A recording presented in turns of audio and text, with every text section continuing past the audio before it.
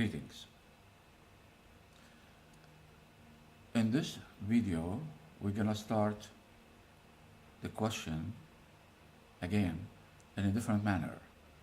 The question is, are Muslims against Allah? And this time, it is about the Wahhabi, the Sunni, the Salafi, and similar sects.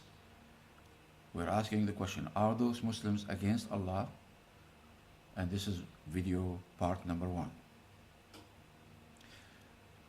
Now, those sects, Muslim, Sunni, Wahhabi, and Salafi, and similar sects, they shove the books of Hadith down the throats of Muslims and they force it.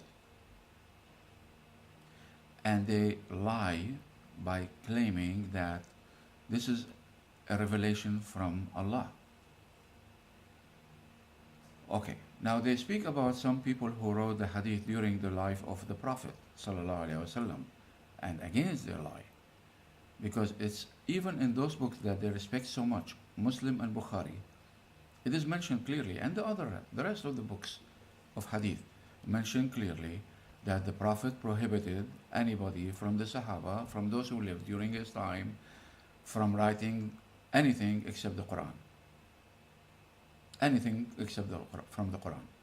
So when you come to the average Muslims, those with little limited knowledge, they will say, don't you believe in the Quran? It says, مَا آتَاكُمُ الرَّسُولُ فَخُذُوهُ وَمَا نَهَاكُمْ عَنْهُ فَانْتَهُوا. It's an ayah. Yes. But dear illiterates, did the Prophet bring you the book of Muslim and the book of Bukhari? Those came 200 years after. He brought you only the Quran. And then they say,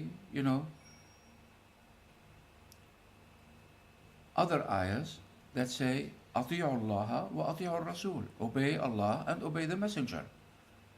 Of course. But did the Messenger hear about Muslim and Bukhari?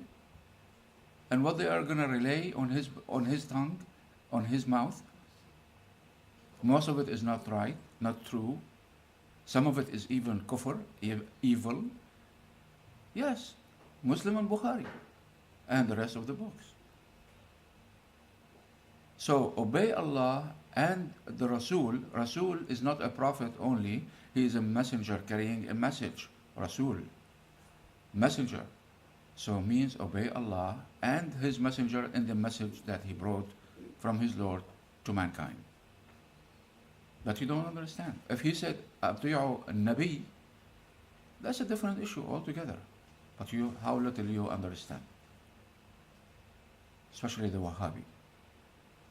And the Salafi, of course.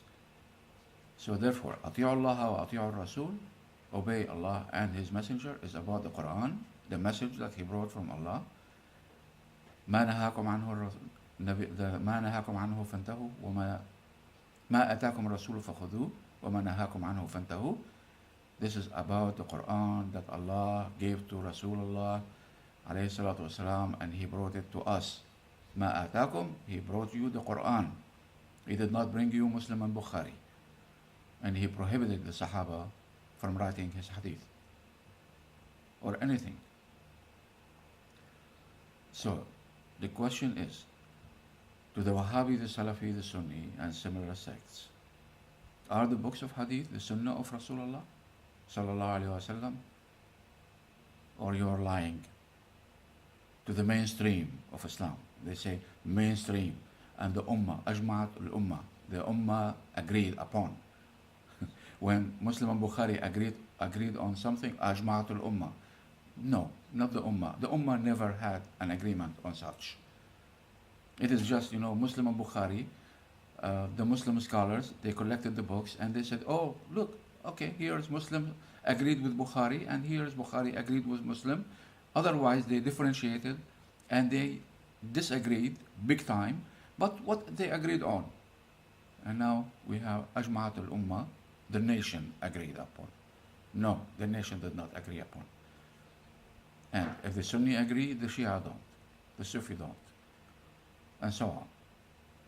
So there is no Ajma'at al-Ummah. This is ignorance big time. So are the books of hadith the sunnah of Rasulullah? This is the first question, part number 1 for the Wahhabi, Sunni and Salafi and similar sects. Thank you for watching. Until next time, be safe.